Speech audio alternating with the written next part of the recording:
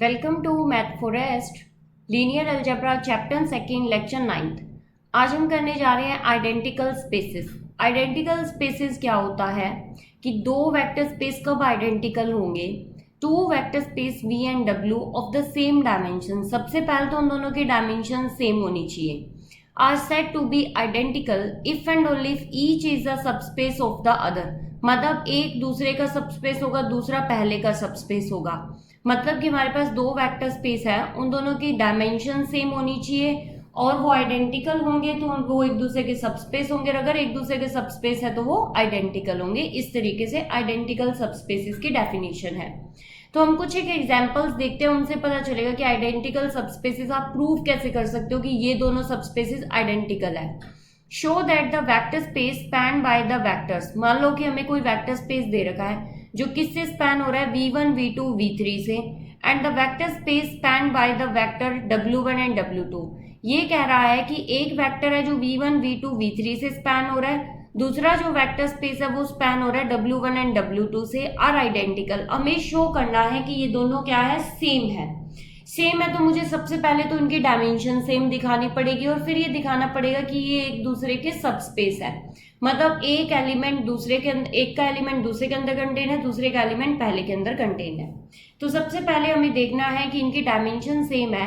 तो अब हम क्या करते हैं कि स्पैन किया हुआ है, स्पैन अगर लीनियरली इंडिपेंडेंट हो जाता है तो हमारा क्या हो जाता है, बेसिस बन जाता है। मिनिमम लीनियरली स्पैन मतलब जो हमारा मिनिमल स्पैन होना चाहिए, minimal generating space and maximal linearly independent. ठीक है, तो अब हमारे पास क्या है यहाँ पे, सबसे पहले हम देखते हैं v1। हम यहाँ पे करते हैं लेट, यहाँ पे हमारे पास सबसे पहले हम लिखते हैं let s is equal to, हमने एक स्पेस लिया जिसमें v1 v2 v3 तीन हमारे पास वेक्टर स्पेस है। हमें देखना है कि इनमें से लीनियरली इंडिपेंडेंट है तीनों के तीनों या एक दूसरे के ऊपर डिपेंड करते हैं। तो हमारे पास ये हो गया कि ये तीनों वेक्टर स्पेस है। अब हमारे पास क्या है, यहाँ पे हम देखते हैं कि ये तीनों लीनियरली इंडिपेंडेंट है या नहीं है। तो हमने क्या किया, a v1 plus a2 v2 plus a3 v3, यहाँ पे a1 आ गया is equal to 0। a1 v1 क्या है हमारे पास 1 2 1 प्लस a2 हमारे पास क्या है 1 2 3 plus a3 3 6 5 is equal to कितना आ गया 0 0 0। अब हमारे पास क्या होगा यहाँ पे a1 plus a2 plus 3a3, 2a1 plus 2a2 plus 6a3 and तीसरा हमारे पास है a1 plus 3a2 plus 5a3 is equal to हमारे पास क्या है 0 0 0। a1 plus a2 plus 3a3 is equal to 0, 2a1 plus 2a2 plus 6a3 is equal to 0, a1 plus 3a2 plus 5a3 is equal to 0। आपके पास ये आ गया।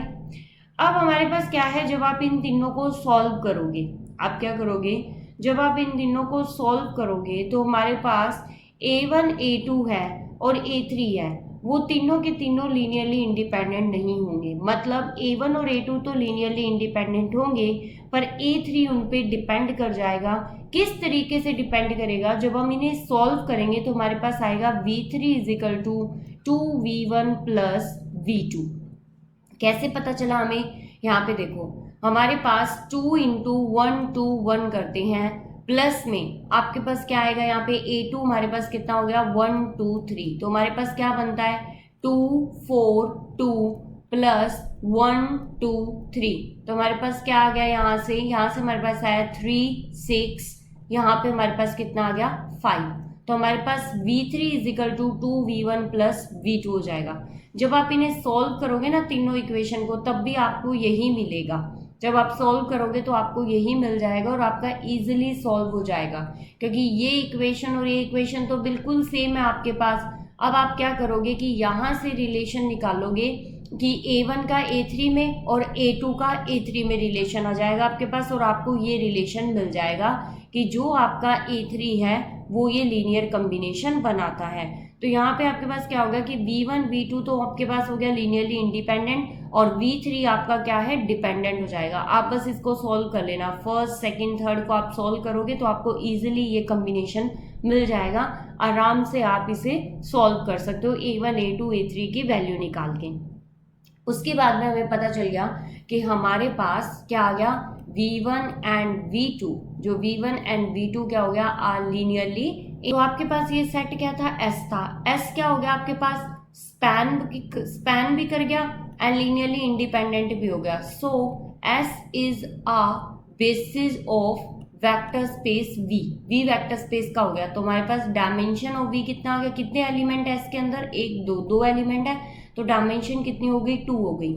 Next हमारे पास क्या है कि हमने एक S2 सेट लिया है जिसमें हमारे पास क्या है, W1 और W2। इसमें क्या है, ऑलरेडी हमें 2 दे रखे हैं, अब दोनों को भी चेक करना है लीनियरली इंडिपेंडेंट है या नहीं है। तो हमें क्या करना है, इसे चेक करना है। तो हमारे पास आएगा A1 W1 B1 मान लो, B1 W1 B2 W2 is equal to क्या आएगा, 0। तो B1 0 0 1 plus B2 1 2 5 is equal to कितना आ गया, 0। तो B1 0 हो गया हमारे पास, यहाँ पे क्या आएगा B2 2B2 और यहाँ क्या आएगा B1 plus 5B2 is equal to 0। तो B2 क्या आ रहा है, 0, तो B1 भी क्या आ गया, 0। तो B1 B2 0 आ गया। तो यहाँ से मुझे क्या मिला है कि जो S2 है वो स्पैन भी कर रहा है एंड क्या हो गया, लीनियरली इंडिपेंडेंट भी हो गया। तो यहाँ से क्या हो गया, S2 is a basis of किसका हो गया, W का। तो जो डायमेंशन है W की वो भी कितनी हो गई, 2, और डायमेंशन ऑफ V भी कितनी हो गई, 2। तो मतलब डायमेंशन दोनों की सेम हो गई, बस हमें ये दिखाना है कि W का एलिमेंट V कंटेन करता है, V का एलिमेंट W कंटेन करता है। तो हमें एक दूसरे के सब स्पेस दिखाने हैं ये। तो हमें सबसे पहले तो रिलेशन चाहिए W1 का V1 V2 में और W2 का V1 V2 में और V1 V2 का W1 W2 में, इस तरीके से। तो अब आपके पास क्या है, हम W1 को V1 V2 के बेस मतलब वेक्टर लीनियर कॉम्बिनेशन में लिख सकते हैं क्या। तो हमें क्या करना है, A V1 प्लस में B V2 हम ये निकालना चाहते हैं। तो हमारे पास W1 क्या है, 0 0 1 is equal to A into 1 2 1 plus में B इंटू 1 2 3। तो हमारे पास क्या आएगा यहाँ पे, A प्लस में B is equal to 0 0 is equal to 2A plus में 2B और तीसरा आएगा 1 is equal to A plus 3B। तो अब आपके पास A इज इक्वल टू क्या आ गया, माइनस B। A किसके इक्वल है, माइनस B के, वो इसमें पुट कर देते हैं हम लास्ट इक्वेशन में। तो 1 is equal to minus B plus 3B। तो यहाँ से हमारे पास आया B is equal to 1/2। B मेरा 1/2 है तो A मेरा कितना हो जाएगा, माइनस 1/2। तो हम यहाँ पे ये वैल्यू पुट कर रहे हैं, यहाँ पे हमने ये वैल्यू पुट की दोनों। तो हमारे पास क्या आ गया यहाँ पे, 1/2 इंटू B मतलब V2, B की तो वैल्यू निकाली है, V2 माइनस में 1/2 V1। ये हमारे पास एक इक्वेशन आ गई, मतलब हमने W1 को V2 V1 की फॉर्म में लिख दिया। सिमिलरली हम क्या करेंगे, W2 निकालेंगे और वो मेरा आएगा 2V2 माइनस V1। तो मैंने V1 V2 को W1 W2 की फॉर्म में लिख दिया, W1 W2 को V1 V2 की फॉर्म में लिख दिया, क्योंकि यहाँ से 2 इक्वेशन है, 2 वेरिएबल है, सॉल्व करोगे तो V1 V2 की वैल्यू भी आ जाएगी आपके पास। कैसे आएगी, देखो यहाँ से आपने किया तो आपके आए 2W1 is equal to V2 minus V1 और यहाँ से आएगा W2 is equal to 2V2 minus V1। तो जब आपके पास ये सॉल्व करोगे आपके पास आया 2W1 is equal to V2 minus V1 और W2 इज इक्वल टू आपके पास था यहाँ पे 2V2 माइनस V1। तो जब आपने इसे सॉल्व किया तो आपको मिला V1 is equal to W2 minus 4W1 और V2 इज इक्वल टू आपको मिला W2 माइनस 2W1, क्योंकि आपने इसे सॉल्व किया बाय एलिमिनेशन मेथड या सब्स्टिट्यूशन मेथड।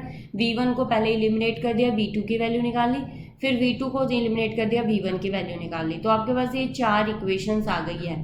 तो अब हम क्या करते हैं यहाँ पे, नाउ एनी वेक्टर, कोई भी वेक्टर है मेरे पास AW1 प्लस BW2, किसका है ये, V2 मतलब W का वेक्टर है। ये किसका वेक्टर है, W का, इज सेम एज, ये क्या हो जाएगा, सेम एज वेक्टर। जब मैंने W1 की जगह वैल्यू क्या पुट की, मैंने 1/2 V2 minus 1/2 V1 plus B into W2 की वैल्यू क्या पुट की 2V2 माइनस V1। तो यहाँ पे मेरे पास क्या आएगा V1 मैं कॉमन ले लेती हूँ। जब मैंने V1 कॉमन लिया तो 1/2A प्लस में 2B और यहाँ पे मेरा आ गया V2 और यहाँ पे आ जाएगा माइनस 1/2A प्लस में B V1। तो ये लीनियर कॉम्बिनेशन किसका हो गया V1 V2 का, तो ये किस में चला गया हमारा V में चला गया। तो मतलब कि हमने V का W का एलिमेंट किस में दिखा दिया V में दिखा दिया। अब हम V का एलिमेंट W में दिखाना चाहते हैं तो हम क्या करते हैं, नाउ एनी वेक्टर, कोई भी वेक्टर है वो कैसा है हमारे पास CV1 प्लस DV2 ऑफ किसका है मेरे पास V का, इज सेम एज क्या हो गया V1 की जगह मैंने क्या पुट किया है W2 माइनस 4W1 प्लस में V2 की जगह क्या पुट किया है W2 माइनस 2W1। अब मैंने W1 और W2 को कॉमन लिया तो मेरे को क्या मिला यहाँ पे C प्लस में DW2 माइनस में 4C प्लस 2DW1। ये किस में बिलोंग कर गया, ये लीनियर कॉम्बिनेशन हो गया W1 W2 का, तो किस में बिलोंग कर गया W में। तो यहाँ मैंने दिखा दिया कि जो मेरा V था वो सबसेट हो गया W का और जो W था वो सबसेट हो गया B का। तो मतलब एक दूसरे के क्या हो गए, ये सबस्पेस हो गए हैं। तो हमारे पास क्या हो गया यहाँ पे द स्पेसिस, जो मेरे पास स्पेसिस है W and V are identical, क्या हो गए आइडेंटिकल हो गए, क्योंकि ये सबस्पेस की कंडीशंस को, ये किसकी कंडीशंस होती थी सबस्पेस की कंडीशंस होती थी। तो हमने ये प्रूव कर दिया है। तो यहाँ से हमें ये पता चलेगा कि दोनों की डायमेंशन भी सेम हो गई और एक दूसरे के सबस्पेस भी हो गए, तो ये दोनों क्या हो गए आइडेंटिकल हो गए।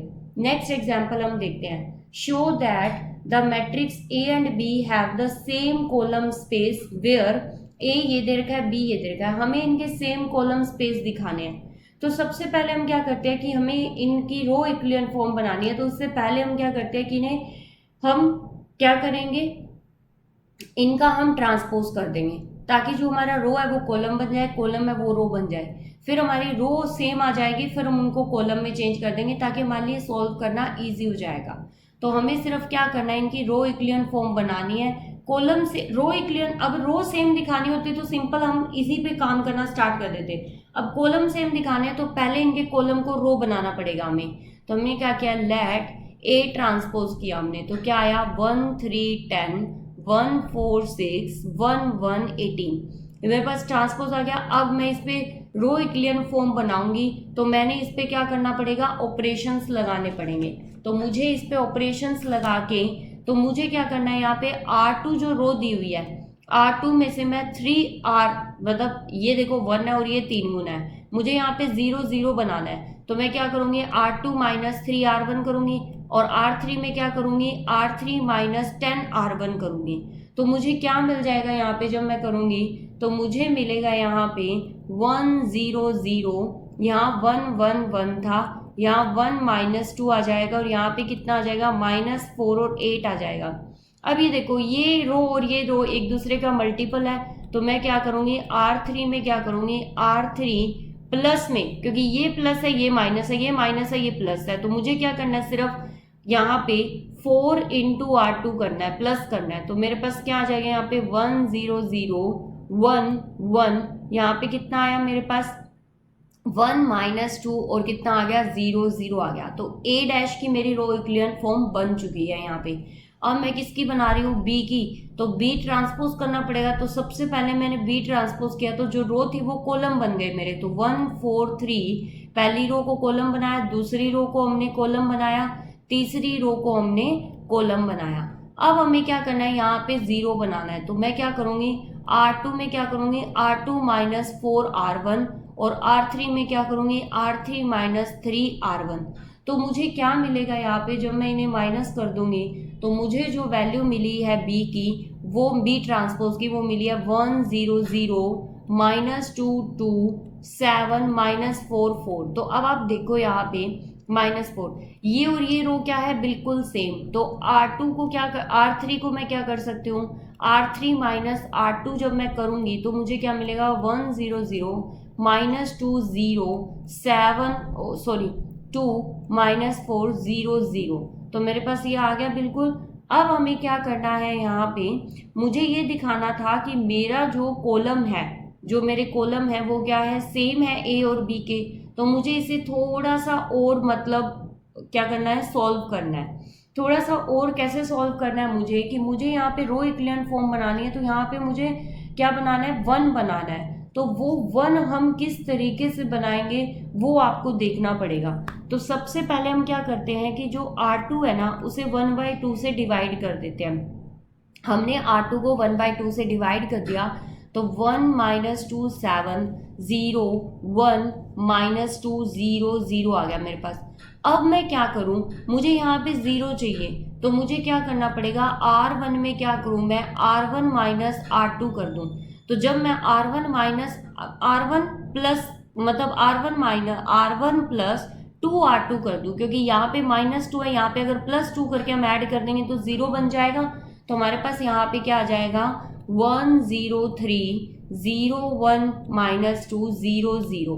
तो आप देखो, जो हमने A मैट्रिक्स बनाई थी और जो A' मैट्रिक्स बनाई थी और जो B' मैट्रिक्स बनाई है वो बिल्कुल सेम है हमारे पास। तो यहाँ से मेरे पास क्या आ गया कि A' and B' have same, जो हमारे पास सेम नॉन जीरो रोज, जो है नॉन जीरो रोज है in the row equivalent form में। कौन से फॉर्म में, हमारे पास रो इक्विवेलेंट फॉर्म में सेम है। तो ये जो मेरी रो इक्विवेलेंट फॉर्म है उसमें जो इसकी रो है वो सेम हो गई। तो जब मेरा A' की जो रो सेम है, तो इसका मतलब A और B का कॉलम सेम हो गया। तो यहां से क्या हो गया, देयरफॉर रो स्पेसिस, जो मेरे पास रो स्पेसिस है A' एंड B' के आर सेम, एंड दस कॉलम, जो मेरे पास कॉलम हो गए किसके स्पेसिस के, ए के एंड बी के, वो क्या हो जाएंगे, सेम। क्योंकि ट्रांसपोज के जो रो होते हैं वो सिंपल के क्या होते हैं, कॉलम होते हैं। तो यहाँ से हमने प्रूव कर दिया कि इन दो मैट्रिक्स के जो कॉलम थे वो क्या हो गए, सेम हो गए। यही हमें करना था। तो इसमें इतना ही। For notes, queries and PDF file of this video, join our Telegram channel, link in the description. Don't forget to like, share and subscribe the channel.